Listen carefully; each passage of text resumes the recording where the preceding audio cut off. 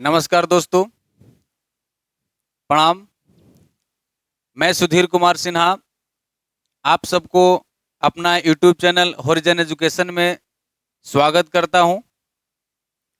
तो चलिए, आज मैं बात करूंगा आपको जो बीपीएससी के द्वारा शिक्षक बहाली ली जा रही है उसके ऊपर। बहुत सारे साथियों के मन में बहुत सारे सवाल चल रहा है कि सरकार द्वारा एक नया नियमावली लाया गया, अब इसको हम कैसे पास करेंगे। एक तो हम पहले से पास कर चुके, फिर हमें दोबारा तैयारी करनी है। तो आपको इसके लिए बिल्कुल भी घबराने की आवश्यकता नहीं है। आप बिल्कुल नॉर्मली टाइप से आपको जो बीपीएससी के द्वारा जो सब्जेक्ट बताई गई है, आप सिर्फ उसको अपने स्तर से बारीकी से पढ़ाई करनी है। तो मैं उसी में से आज आपको इतिहास का जो चैप्टर है, जो आपको बहुत ही महत्वपूर्ण है, क्योंकि आपका सिलेबस में भी दिया गया था भारतीय राष्ट्रीय आंदोलन।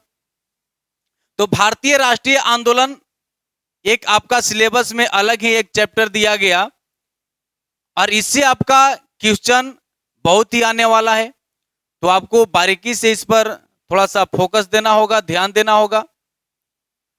तो आइए हम इस तरह से पढ़ेंगे कि इससे जहां से भी सवाल आए, जहां से भी क्वेश्चन पूछा जाए, आप उसको छोड़ नहीं पाइएगा, ये मेरा वादा है। तो चलिए हम आगे बढ़ते हैं।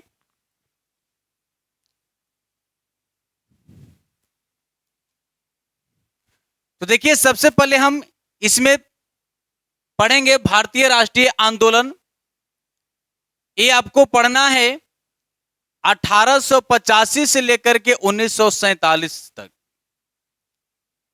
और मैं अपने वीडियो में इसके बीच में 1885 से 1847 तक जो भी घटनाक्रम है, ये सारे चीजों के बारे में आपको हम बारीकी से जानकारी देंगे, बारीकी से बताएंगे, ताकि आपको सवाल का जवाब देने में कहीं भी आपको दिक्कत नहीं आए, कहीं भी आपको प्रॉब्लम नहीं हो।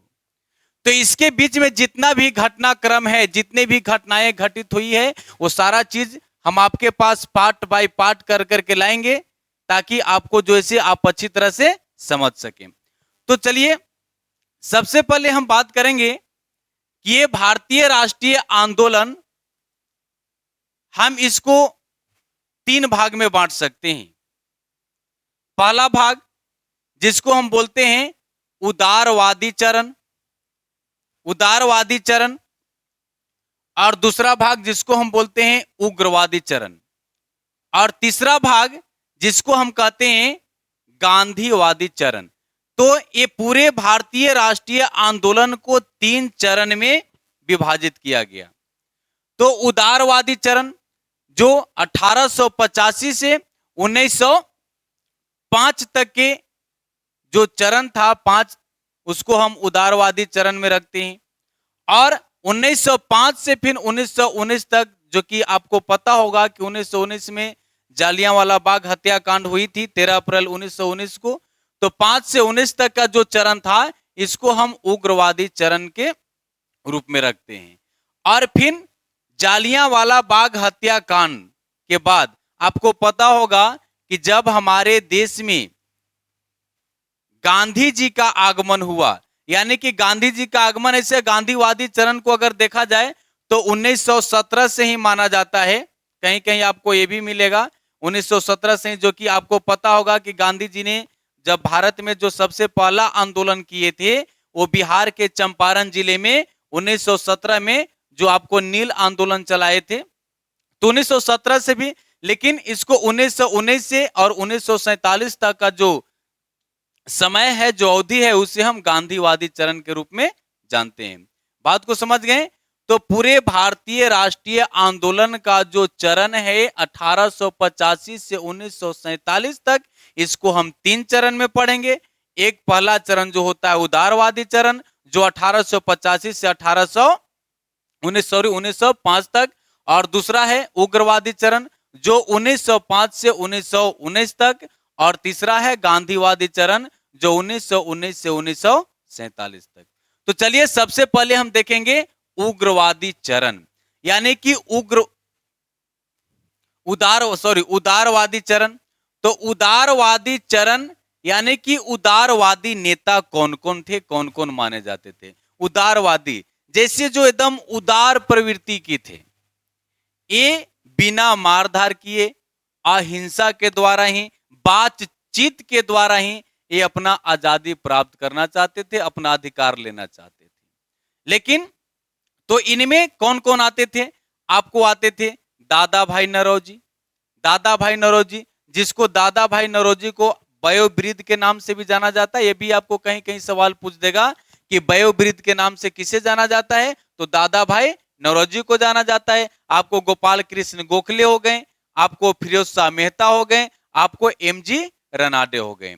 तो दादा भाई नौरोजी, गोपाल कृष्ण गोखले, एमजी रनाडे, है ना, तो फिरोज शाह मेहता, ये सारे के सारे जो मुख्य नेता थे, ये थे उदारवादी प्रवृत्ति के नेता थे, है ना, ये उदारवादी प्रवृत्ति के नेता थे। इसके बाद हम चलते हैं उग्रवादी चरण में। तो उग्रवादी चरण यानी कि अब उग्रवादी नेता कौन थे? तो उग्रवादी यानी कि उग्र प्रवृत्ति के थे, मारधाड़ करने वाले, है ना, ये मारधाड़ करने वाले, ये चाहते थे कि बिना हिंसा किए हमें अहिंसा के द्वारा हमें अधिकार मिलने वाला नहीं है ना, ये ईंट का जवाब पत्थर से देना चाहते थे। तो ये उग्र प्रवृत्ति के नेता थे। तो इसीलिए इस चरण में ये सारे लोग आए, यानी कि 1905 से 1919 के बीच। तो इसी चरण को उग्रवादी चरण भी कहा गया, है ना। तो उग्रवादी नेता कौन थे? आपको लाला लाजपत राय, आपको हो जाएंगे बाल गंगाधर तिलक, आपको इसमें आ जाएंगे बिपिन चंद्र पाल, और इसमें आ जाएंगे उग्रवादी में अरविंद घोष। ये सारे के सारे जो इनका ग्रुप था, ये उग्रवादी प्रवृत्ति के थे, यानी कि उग्र प्रवृत्ति के थे। ये जो ऐसे ईंट का जवाब पत्थर से देकर के अपना अधिकार लेना चाहते थे। तो इसमें एक सवाल और कहीं कहीं इसमें आपको 3 गो नोता, इसको त्रिगुट के नाम से जाना जाता है। त्रिगुट, त्रिगुट के नाम से जाना जाता है। ये त्रिगुट में आते थे लाल, बाल और पाल। लाल, बाल, पाल, ये तीनों को नाम से जाना जाता था, यानी कि इनको त्रिगुट के नाम से जाना जाता था। लाल, बाल, पाल। लाल से लाला लाजपत राय, बाल से बाल गंगाधर तिलक, और पाल से बिपिन चंद्र पाल। तो ये भी सवाल आपको कहीं कहीं पूछा जाता है कि किन नेताओं की जोड़ी को त्रिगुट के नाम से जाना जाता है? तो है लाल, बाल, पाल, यानी कि लाला लाजपत राय, बाल गंगाधर तिलक, बिपिन चंद्र पाल। तो ये आपको इतना समझ में आ गई। तो चलिए हम आगे शुरुआत करते हैं, आगे चलते हैं, हम शुरू करते हैं 1885, यानी कि 1885 की जो घटना है, सबसे पहले हम उसको चलते हैं, देखते हैं। तो हम पहले बात करेंगे 1885 यानी कि भारतीय राष्ट्रीय कांग्रेस के बारे में। यह हमारे देश का सबसे महत्वपूर्ण पार्टी थी, राजनीतिक दल था। लोगों ने अपना एक संगठन बनाया, और संगठन बनाकर के एक दल का निर्माण किया, एक पार्टी का निर्माण किया। वो पार्टी का नाम था भारतीय राष्ट्रीय कांग्रेस, जिसकी स्थापना हुई थी 1885 ईस्वी में। यानी कि भारतीय राष्ट्रीय कांग्रेस की स्थापना कब हुई? 28 दिसंबर 1885 को इसका गठन किया गया था। भारतीय राष्ट्रीय कांग्रेस का गठन कब किया गया था? 1885 को किया गया था। और कहां पर किया गया था? तो ये भी बहुत बड़ी इंपॉर्टेंट है आपके लिए कि कांग्रेस की स्थापना कहां पर हुई थी। तो आपको मुंबई में हुई थी। कहां हुई थी? मुंबई में हुई थी। और मुंबई में अगर देखा जाए तो किस जगह पे हुआ था, किस स्थान पे हुआ था? तो हुआ था गोकुलदास तेजपाल संस्कृत कॉलेज, यानी कि गोकुलदास तेजपाल संस्कृत कॉलेज, है ना। और उसी कॉलेज जो मुंबई में स्थित है, इसी जगह भारतीय राष्ट्रीय कांग्रेस की स्थापना हुई थी। तो हम बात करें कि जिस समय भारतीय राष्ट्रीय कांग्रेस की स्थापना हुई, उस समय इसका नाम भारतीय राष्ट्रीय कांग्रेस नहीं था, बल्कि स्थापना के समय इसका नाम था भारतीय राष्ट्रीय संघ, इंडियन नेशनल यूनियन। इसका नाम था भारतीय राष्ट्रीय संघ। लेकिन अब इसको जो ऐसे बाद में इसका नाम बदल करके भारतीय राष्ट्रीय कांग्रेस कर दिया गया, और वो भी दादा भाई नौरोजी के सुझाव पर। अगर ये भी पूछा जाएगा कि भारतीय राष्ट्रीय कांग्रेस का प्रारंभिक नाम क्या था, प्रारंभिक कहने का मतलब कि जब इसकी स्थापना हुई थी 1885 ईस्वी में, तब इसका नाम दिया गया था इंडियन नेशनल यूनियन, यानी कि भारतीय राष्ट्रीय संघ। बिल्कुल समझ गए। लेकिन बाद में दादा भाई नौरोजी के सुझाव पर इसका नाम बदल करके भारतीय राष्ट्रीय कांग्रेस कर दिया गया। तो चलिए अब हम बात करते हैं संस्थापक, यानी कि भारतीय राष्ट्रीय कांग्रेस के संस्थापक कौन थे, इसकी स्थापना किसके द्वारा किया गया था। तो भारतीय राष्ट्रीय कांग्रेस के संस्थापक थे बाबू ए.ओ. ह्यूम। कौन थे? ए.ओ. ह्यूम। अब ए.ओ. ह्यूम कौन थे? तो ए.ओ. ह्यूम जो थे से स्कॉटलैंड के निवासी थे। कहां के निवासी थे? स्कॉटलैंड के निवासी थे। अब इन्होंने जो ऐसे भारतीय सिविल सेवा पास करके एक परीक्षा दिया और पास करके ब्रिटिश अधिकारी बन गए। सिविल सेवा के ब्रिटिश अधिकारी बन गए अपने देश में, भारत में।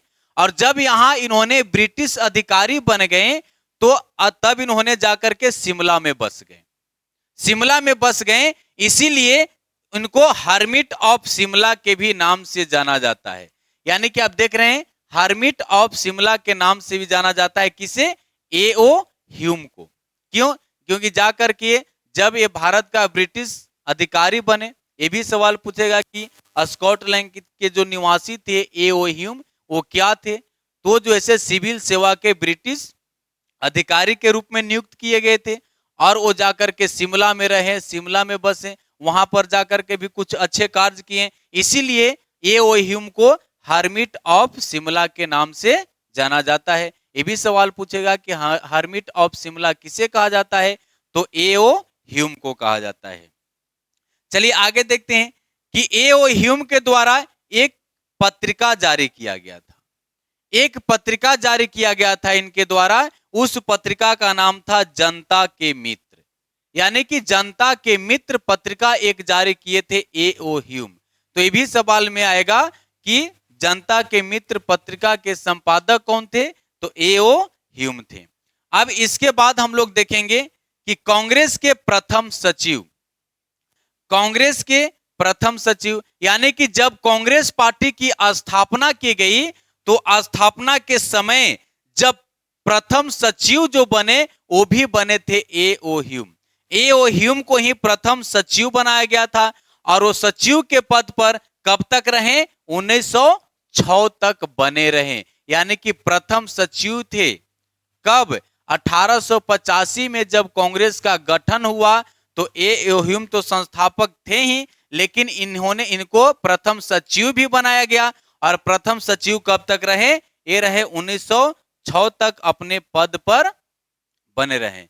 तो ये कांग्रेस से संबंधित कुछ आपके तथ्य थे जो आपके लिए बहुत ही महत्वपूर्ण है ना। ये आपको पूरा ये दिमाग में आ गया होगा। इससे जो भी आपका सवाल आएगा वो आप अच्छी तरह से जवाब दे सकते हैं। तो अब हम आपसे इससे रिलेटेड कुछ सवाल करने जा रहे हैं, कुछ क्वेश्चन पूछने जा रहे हैं। आप इसका जवाब दीजिएगा और आप हमें कमेंट करके लिख करके जरूर भेजिएगा कि आप इतने में कितने सवाल का आप जवाब दिए। तो चलिए आपके लिए पहला सवाल है, आपके लिए पहला सवाल है कि भारतीय राष्ट्रीय कांग्रेस की स्थापना कब हुई थी? अभी अभी आपको हमने पढ़ाते समय बताया, तो आप जवाब दीजिए। आपके लिए 10 सेकंड का समय है और 10 सेकंड में आप जवाब दीजिए कि भारतीय राष्ट्रीय कांग्रेस की स्थापना कब हुई थी। और आप इसको सवाल को जो जवाब दीजिएगा आपको लिख करके रखिएगा और हमें बाद में कमेंट करके भेजिएगा कि आपने कितने सवाल का सही सही जवाब दिया। ठीक है, तो चलिए अब हम बताते हैं भारतीय राष्ट्रीय कांग्रेस की स्थापना कब हुई थी। तो आपको पहले ही बताए होंगे कि 1885 कब हुआ था, 1885 में भारतीय राष्ट्रीय कांग्रेस की स्थापना हुई। ठीक है, चलिए हम अगले सवाल पर चलते हैं। अगला सवाल है भारतीय राष्ट्रीय कांग्रेस का स्थापना किसने किया था।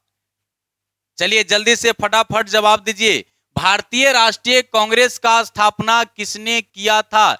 10 सेकंड में फटाफट जवाब दीजिए और आप कमेंट करना मत भूलिएगा, कमेंट करके आप बोलिएगा कि आपने कितने कितने सही सवाल दिए।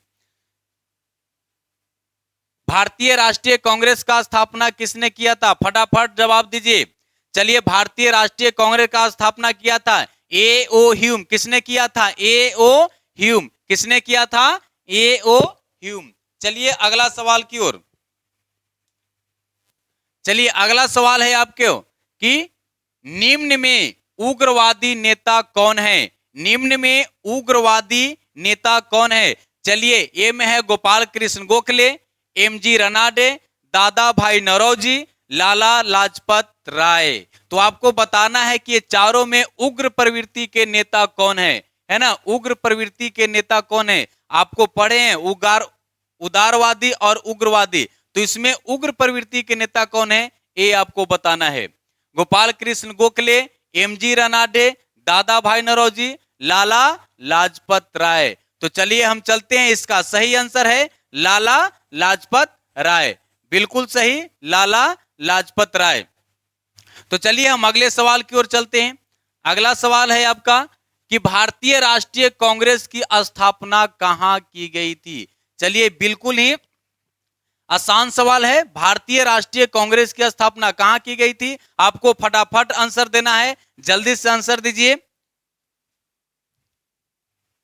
भारतीय राष्ट्रीय कांग्रेस की स्थापना कहां हुई थी, कोलकाता, मुंबई, मद्रास, दिल्ली। 4 ऑप्शन में आपको आंसर देना है। तो चलिए इसका सही आंसर है मुंबई। कहां हुआ था, मुंबई। चलिए इसका सही आंसर है मुंबई। आपका अगला सवाल, अगला सवाल है आपका हर्मिट ऑफ शिमला। देखिए आपकी तुरंत अभी जस्ट आपको बताए थे, ये आपका सवाल आ गया। हर्मिट ऑफ शिमला किसे कहा जाता है। हर्मिट ऑफ शिमला, दादा भाई नौरोजी, ए.ओ. ह्यूम, लाला लाजपत राय, गोपाल कृष्ण गोखले। चलिए फटाफट जवाब दीजिए, चलिए जल्दी से जवाब दीजिए, जवाब दीजिए। चलिए हर्मिट ऑफ शिमला किसे कहा जाता है, तो इसका सही आंसर है ए.ओ. ह्यूम। किसे कहा जाता है, ए.ओ. ह्यूम के कहा जाता है। इन्होंने ही कांग्रेस का स्थापना किया था। तो चलिए आपके लिए ये 5 सवाल थे। आप हमको कमेंट करके जरूर बताइएगा कि ये 5 सवालों में आपने कितने सवाल का सही जवाब दे दिए हैं। तो चलिए इसी के साथ हम मिलते हैं अगले वीडियो में। जय हिंद, जय भारत।